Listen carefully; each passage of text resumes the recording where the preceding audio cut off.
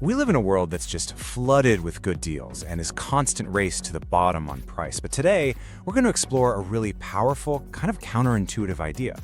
What if the best way to build trust and authority isn't by being cheaper, but by being the most expensive? Let's dive into why the priciest option is often the smartest one. Okay, so picture this. You need to protect your company's most valuable asset, all of its data. You get two quotes. One is substantial. It reflects a serious investment. The other, it's a bargain. Now, all the conventional wisdom tells you to go for the cheaper option. But when the stakes are this high, your gut is screaming something else, isn't it? That low price. It doesn't feel like a deal. It feels like a liability. It feels like a massive red flag. And that right there, that's the core idea we're going to unpack first, the price red flag. We're going to explore how in these high-stakes decisions, cheap doesn't signal value. It actually signals danger. This is really a battle between that lethal race to the bottom and a strategy where your price itself becomes your single greatest asset. Now, what's really fascinating is what's happening inside our heads when we see these two options. On one side, you have the premium firm. That price immediately signals competence, resources, and low risk. It tells you they can afford the best people to protect you. And on the other side, well, that budget option, it just screams desperation. It suggests they don't have the resources to handle a real crisis, which ironically makes them the high-risk choice. See, the price tells a whole story long before a salesperson ever opens their mouth. So here's the absolute key takeaway. We have got to stop thinking of price as just a number on an invoice. It is a language. It is the main way you communicate your confidence, your capabilities, and your commitment to actually delivering a result. I mean, if you don't value your own work enough to charge a premium for it, why should a customer trust you with their survival? And look, this isn't just some abstract theory, right? It's a reflection of a huge shift that's already happened in the market. And that brings us to our second point, the end of cheap. The whole era of winning just by being the cheapest, well, it's over. Let's look at why that so-called rational buyer, the one who only hunts for the lowest price, is basically going extinct.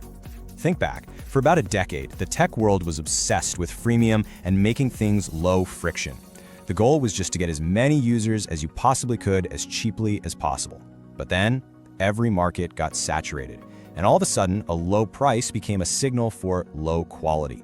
Customers got burned over and over by cheap tools that failed when it really mattered, and that led to what we're seeing now, this widespread discount fatigue. The promise of a good deal has just lost its power. And this quote, man, it just nails the change in how people think. The main question is no longer about saving a few bucks, it's about eliminating risk. In a world with way too many choices and really high consequences for failure, certainty, that's the new currency. And people are willing to pay a huge premium, not for more features, but for a guarantee. This gets us to a really important idea that smart investors are looking at now called revenue density. The idea that the quality of your revenue is just as important as the amount. This chart shows it perfectly. Yeah, 1,000 users paying $1 each might look good on a vanity chart, but they have no skin in the game. They aren't invested. But one customer paying $1,000, oh, they are deeply committed to getting a result. They'll engage, they'll give you feedback, and they'll ultimately be a way more valuable partner.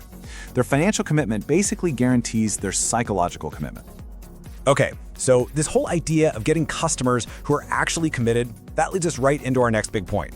Price isn't just for making money. It is your most powerful strategic weapon for filtering who you work with and defending your brand. Just think about that for a second. Your price is the very first thing a potential customer ever interacts with.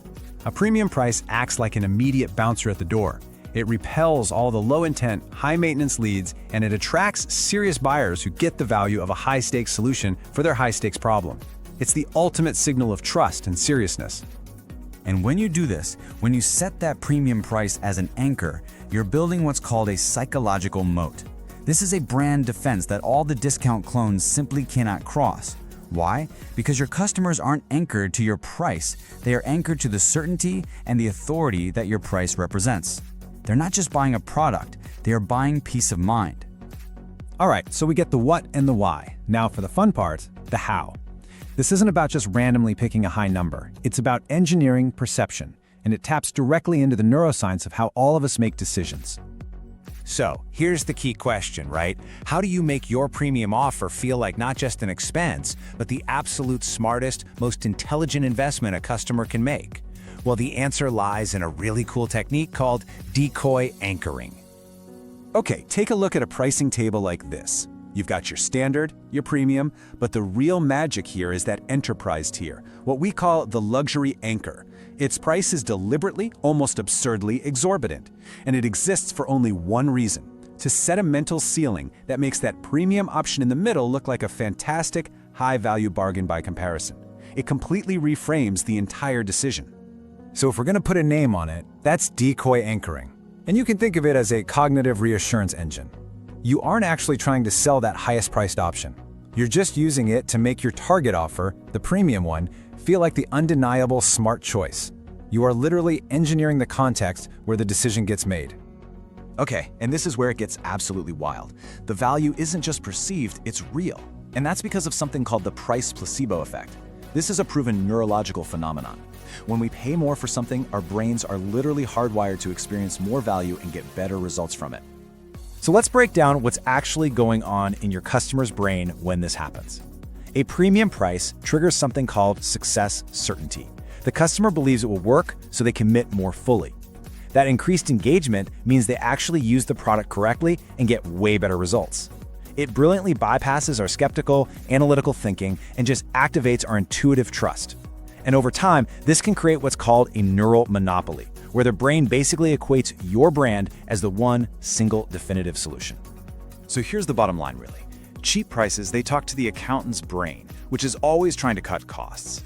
But premium prices, they act as a social shortcut. They appeal directly to the leader's instinct, which is programmed to find and secure the most valuable resource to guarantee a successful outcome. You're not selling to a spreadsheet, you're selling to a decision-maker's core instinct for survival and for success. All right, we've gone through the theory, we've dug into the psychology. Now let's make this real.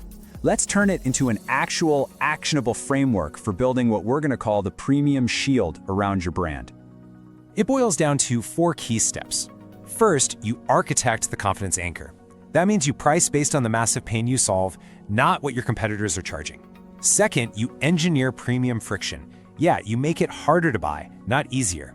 Third, you automate value affirmation to constantly remind customers of the impact you're having. And finally, you measure price salience, which means you track if people are talking about the value you create, not just your features. I really want to double-click on premium friction for a sec, because I know it sounds completely backward. We've all been taught to make buying as easy as possible, but for high-value solutions, that's a huge mistake. Using things like application forms or mandatory discovery calls creates a sense of exclusivity, of prestige. It signals that the result you provide is valuable, and not just anyone can get it. It ensures that by the time they buy, they are 100% committed. So this all brings us to the final, and honestly the most important message behind this whole strategy. This is about way more than just pricing. It's about fundamentally changing your entire position in the market.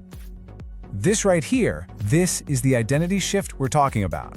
You have to see yourself differently. When you master premium positioning, you stop being a commodity, just another vendor begging for a sale. You become a trusted specialist, a partner who gets selected to provide a guaranteed outcome. The whole dynamic shifts from being transactional to being transformational. So I'm going to leave you with this one last mandate. The goal isn't to be the best choice among a sea of options. The goal is to set the benchmark for quality and trust so high that you become the inevitable standard in your field. When you respect your own value, the market will too. The question isn't whether you can afford to raise your prices, it's whether you can afford not to.